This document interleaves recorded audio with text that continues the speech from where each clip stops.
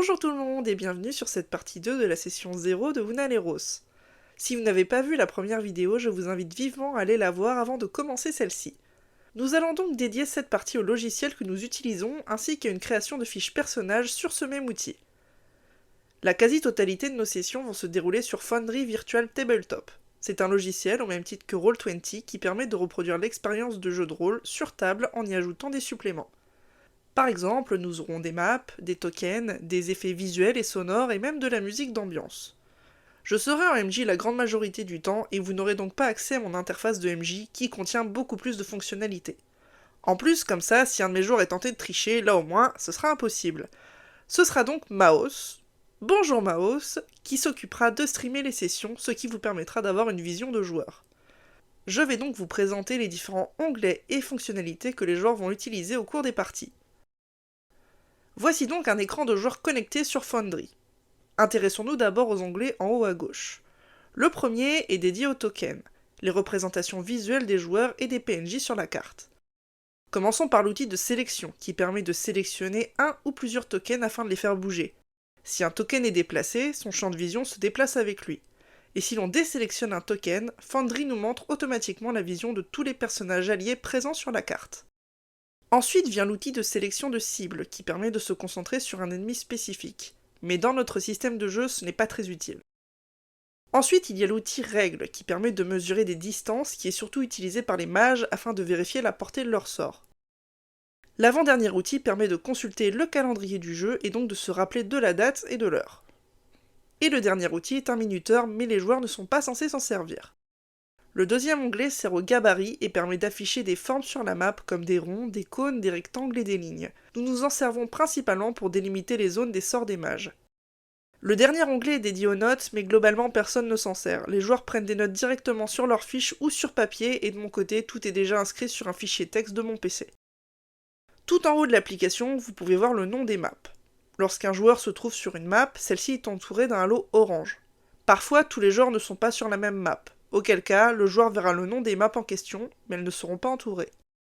Passons aux onglets se trouvant sur les tokens. Quand je clique droit sur un personnage, plusieurs onglets apparaissent à l'écran.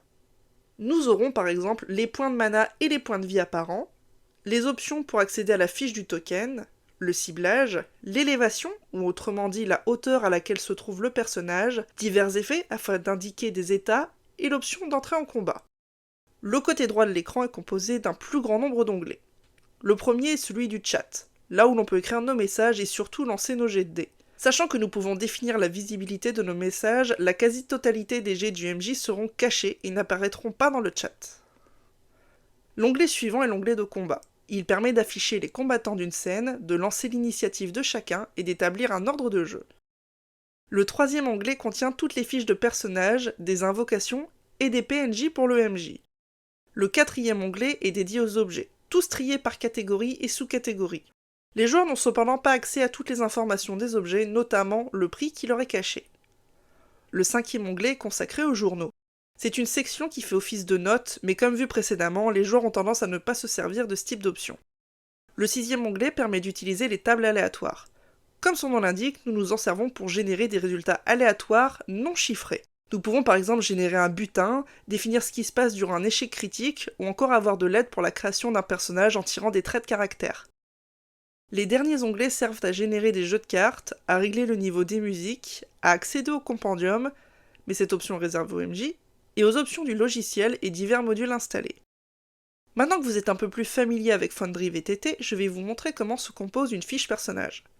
Grâce au travail de l'une de nos joueuses qui a tout codé sur son temps libre, et que nous remercions chaleureusement, nos fiches font tous les calculs, appliquent les bonus et malus, et bien plus encore. La lisibilité est donc bien plus facile que sur une version papier. Pour simplifier la chose, je vais rapidement créer une fiche personnage pour vous montrer comment cela se déroule, et aussi pour que vous visualisiez mieux cette partie de notre système.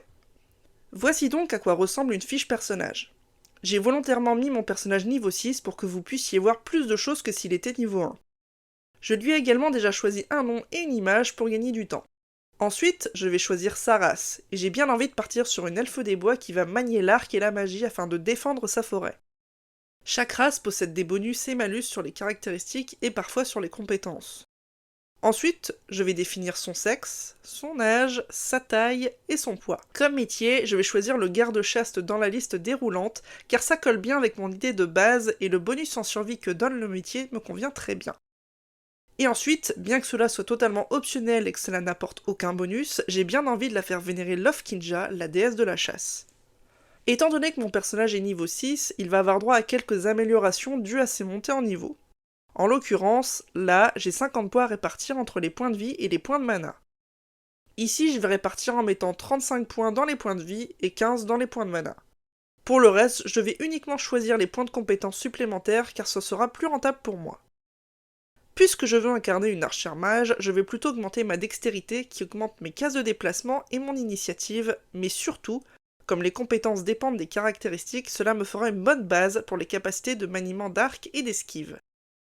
L'intelligence et la sagesse vont me servir à augmenter mon total de points de mana, mais aussi à générer mes sorts et être douée comme pisteuse.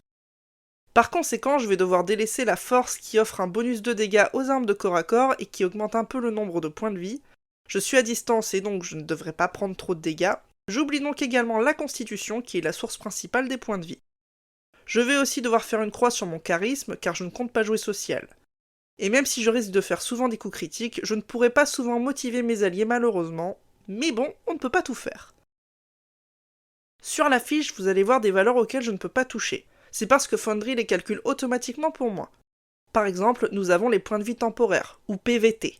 Ce sont des points de vie qui séparent un personnage de la mort, le nombre de points de dégâts qu'un personnage dans le coma peut subir avant de mourir, sachant qu'il perd automatiquement un PVT par tour. Juste en dessous, il y a les points de souffle, le nombre de tours qu'un personnage peut passer sans respirer, tout simplement.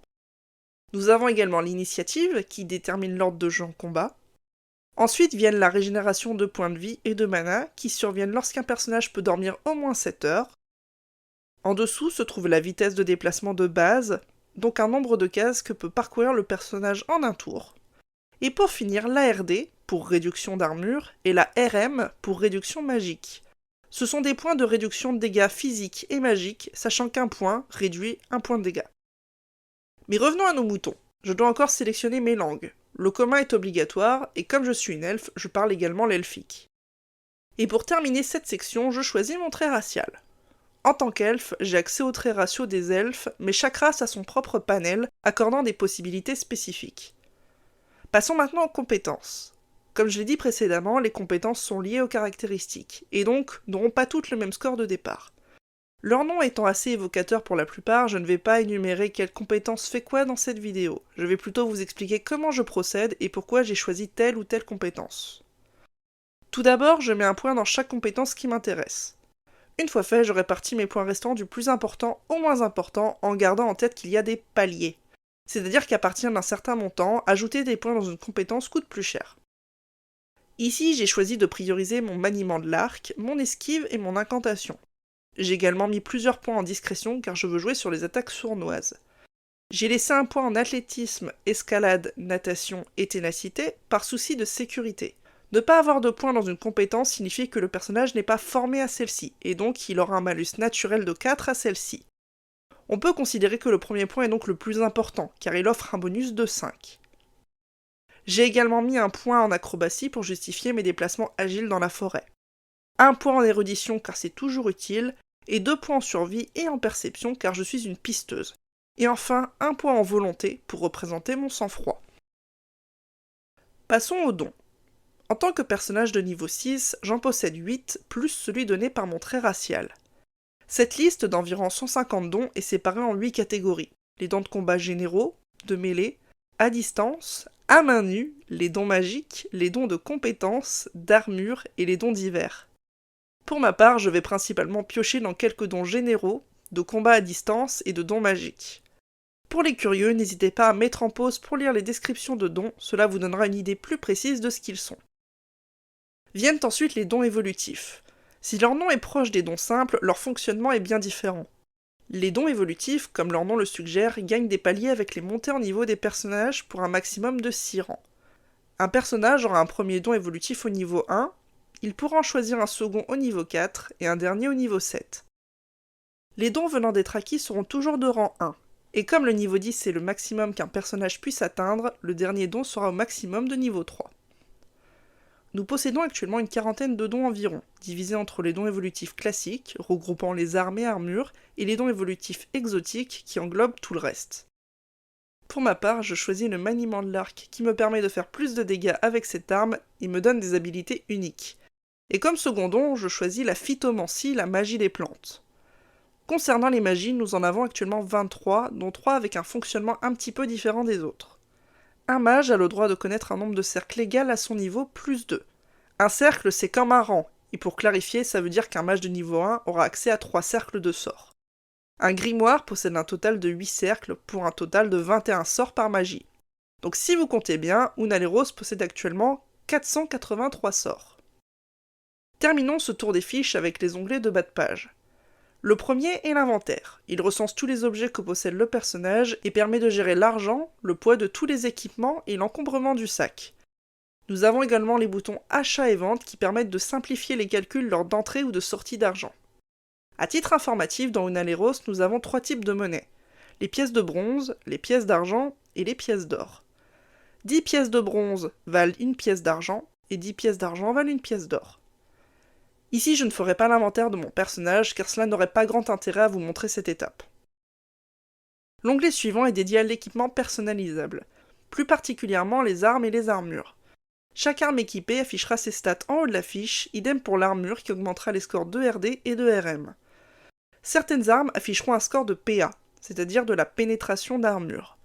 La PA permet d'outrepasser la RD, mais il n'existe aucune pénétration magique. Pour en revenir à l'onglet, celui-ci permet de perfectionner des équipements grâce à diverses options comme les matériaux, les factures, les améliorations, les styles et les runes. Bien sûr, toute amélioration coûte de l'argent. Finissons donc avec le troisième onglet. Les deux derniers étant dédiés aux notes et biographies des joueurs, ils ne nécessitent pas que je m'attarde dessus. Cet onglet, c'est celui des défauts. Un personnage n'est pas obligé d'être parfait, et cela se traduit par des malus ou des obligations dans le roleplay. Il n'y a pas de limite, on peut en prendre autant qu'on veut. Nous avons les défauts mineurs, moyens et majeurs qui sont plus ou moins conséquents mais qui octroient une contrepartie équivalente à leur difficulté. Par exemple, j'ai choisi une haine mineure contre les braconniers. Ça va bien avec mon lore et j'en profite pour choisir un bonus de 2 à l'initiative en contrepartie. Nous arrivons à la fin de cette deuxième partie.